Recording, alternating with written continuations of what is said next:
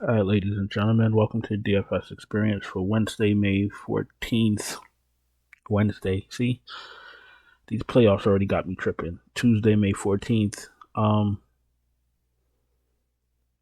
right, we're going to start with Brunson up top, 9.5K. We already touched on this a little bit banged up, a little bit not the same Brunson that was going crazy in the playoffs, dealing with multiple foot injuries.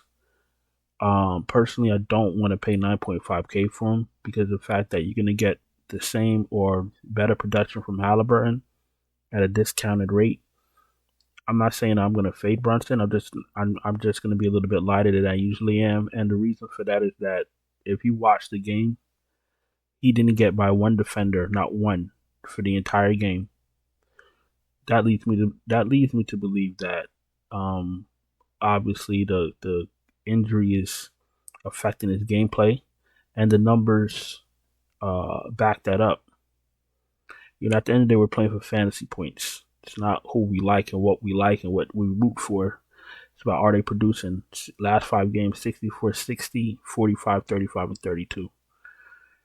You know what I'm saying? So you're paying 9.5K. If you pay 9.5K and you get 30 fantasy points, your night is over. So Jalen Brunson, I'll have pieces of him here and there, but he definitely won't be in my main lineup.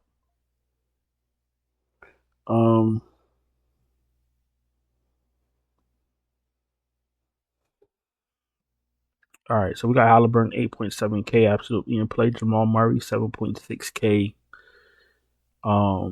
Looks like Minnesota's back to normal now. No more elite defense. 7.6K for Jamal Murray is a very good price, unless you get Jokic going completely nuts. But Jamal's getting touches, Aaron Gordon's getting touches, everybody's getting touches. So 7.6K is a very fair price for Jamal Murray and his upside.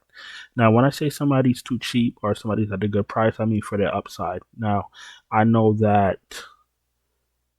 if you play DFS regularly, you know exactly what I mean. If you're a bit newer, you probably don't know what I mean. Hence the foolish comment I had got a couple of videos ago. But when I say somebody's priced correctly, I mean that they're priced for their ceiling and their upside. And when I say they're too cheap,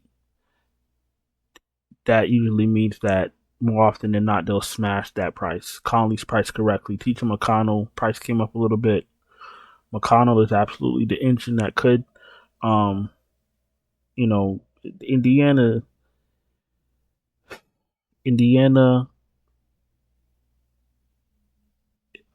they keep their pace when McConnell comes onto the court. So if they're playing at a fast pace with Halliburton, and he goes to the bench, or even if he stays and McConnell comes on, they still keep up that pace for the second unit because of McConnell.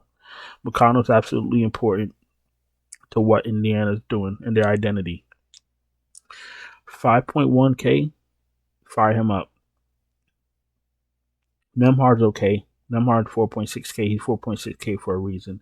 McConnell has a higher ceiling. McBride, McBride is going to get blowout run, and McBride is going to get a lot of run if they're playing from behind because of his 3-point upside. I'm not going to tell you he's a lot because he's not. If you're playing some lineups, throw some with Achua's, throw some with McBride. I probably won't play both of them together. They could play together, but I'm assuming they'll bench Achua for McBride if they need the threes like they've been doing. So just split these guys up, or if you want to, if you're playing a lot of lineups, you can just mix and match. But I wouldn't. Me personally, I'm not going to play Achua and McBride in the same lineup.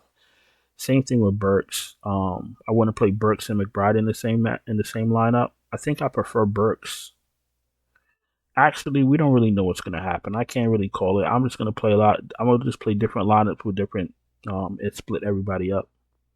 But Burks is in the player pool. Christian Braun played 13 minutes, 12 minutes, 25 minutes last game.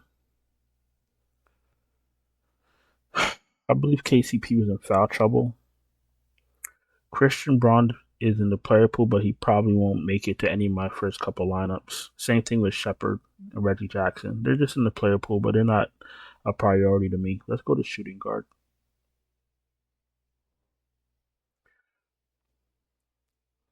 Anthony Edwards is probably um, the new Jalen Brunson, as Jalen Brunson used to be a priority in my lineups. Now that Minnesota let Denver get 2 games in a row, and Anthony Edwards has he's getting a reputation of being a big game player or being reliable. 9.2K, he's got to be the first guy in my lineup. DiFrancesco's in play. Neesmith, you could take a shot. Not a very high upside for Neesmith, but he's going to be on the court a lot. KCP, you could take a shot. 4.4. Walker Alexander, 4K, very risky. He's out there for defense. Justin Holiday's in play in the player pool. Let's go to small forward. Josh Hart. This is the thing with Josh Hart, and I'll be very honest with you. As bad as we've seen the Knicks look on Sunday, I wouldn't be surprised if we all faded the Knicks and then they went out there and spanked the Pacers. Cause like that's just how it goes sometimes. The one thing I'm holding on to is the fact that Brunson looked real slow out there. He looked like a step behind. If he can't go, the rest of the team is not going to go. Like I said, he's the only playmaker, right? A lot of guys on that team, don't get it confused, a lot of guys on that team could create their own shots. Burks could get a shot, McBride could get a shot, DiFrancesco could get a shot, but who could create consistently for other players on the team? That's only Jalen Brunson. That's why they got smashed the way that they did, because he's the only one that could do that. And there's no one that could come off the bench and help him. If Brunson can't get it going, that kind of scares me for somebody like Josh Hart. Josh Hart's not going to sit there, break down the defense, and give you 50. You know what I'm saying? DiFrancesco, I'm not as worried about, but Josh Hart I am. Josh Hart also gets a lot of rebounds, and he gets some blocks and some stuff. But if this game goes the same way it did on Sunday, and you pay 7.8K for him, you're done. I'll have him in a lineup or two, but he's no longer a priority to me. Siakam's in play. Michael Porter's in play at 6.5K. Jaden McDaniels 4.3. He's in play because obviously you need to play some value. I'm not really interested in Kyle Anderson. Kyle Anderson played 6 minutes. Yeah, he's not in my player pool. All right. Before we go to power forward, if you're new here, welcome. Appreciate you taking the time to watch my video. If you're not subscribed, please subscribe. Hit the bell. Thumbs up the video. If you need help with any type of lineup, NBA, MLB, MMA, PGA, whatever, I can help you. Check out the Patreon link in the description. You can check out my channel memberships on YouTube. Silver and gold memberships also get you lineups, and I do have super chats open. And if you played Kyrie Irving last night, bless your heart. All right, let's go to power forward. I played him in one lineup. Bless my heart also. I'm not even gonna. I'll talk about Kyrie next Dallas slate. I'm not even gonna do it. I can't, because you're probably wondering why I haven't said nothing about Dallas, or I'll save it. I'm gonna save it. We already got our hands full with New York and Indiana. Did I say Siakam was in play? Siakam was in play. I can tell you this right now. The ownership on New York is going to be probably cut in half from what everybody saw. I'm going to just play a separate lineup with some Knicks, just in case, maybe they gave Brunson some painkillers. Maybe Brunson is feeling a lot better.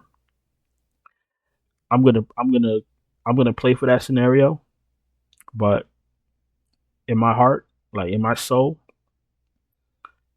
I think the Knicks is done. You know what I'm saying? I don't know. They're done. You know what I'm saying? When you're at a barbecue, you can smell them Franks, sizzling. You can hear them sizzling. You can see them bubbling up. They're done. If you're a Knicks fan, I'm sorry, but your Knicks is done.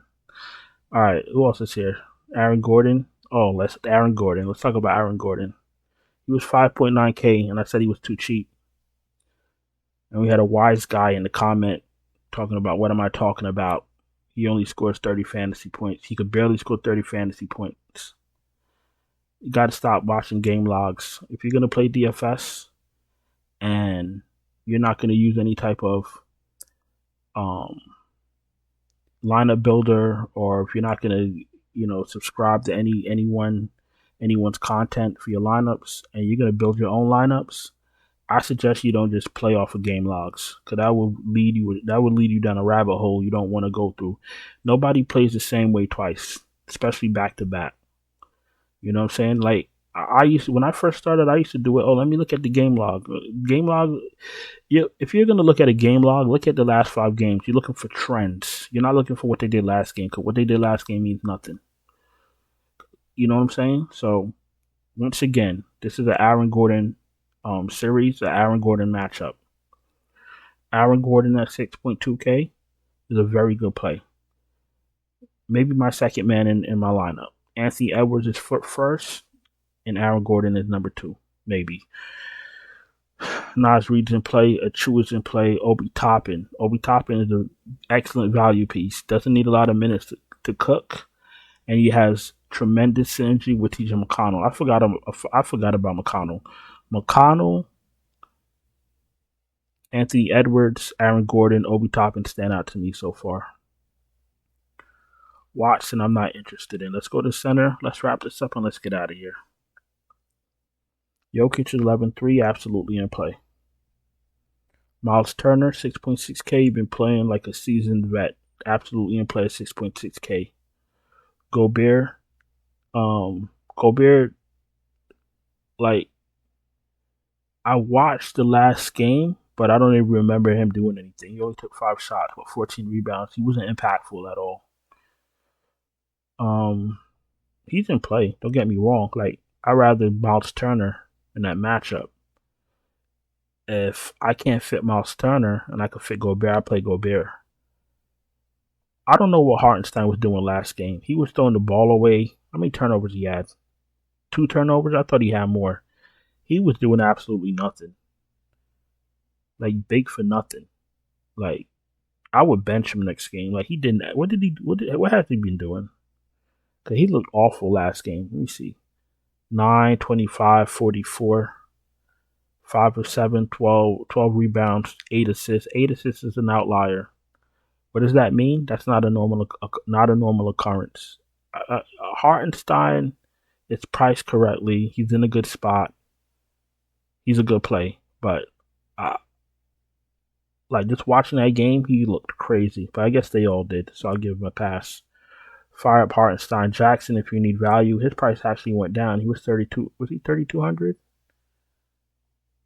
Yes, he was 3,200. He played 19 minutes in that debacle. He did get blowout run too a little bit, so don't go too crazy watching the game log thinking he's going to play 19 minutes, because he's not, unless they blow him out again, which might happen.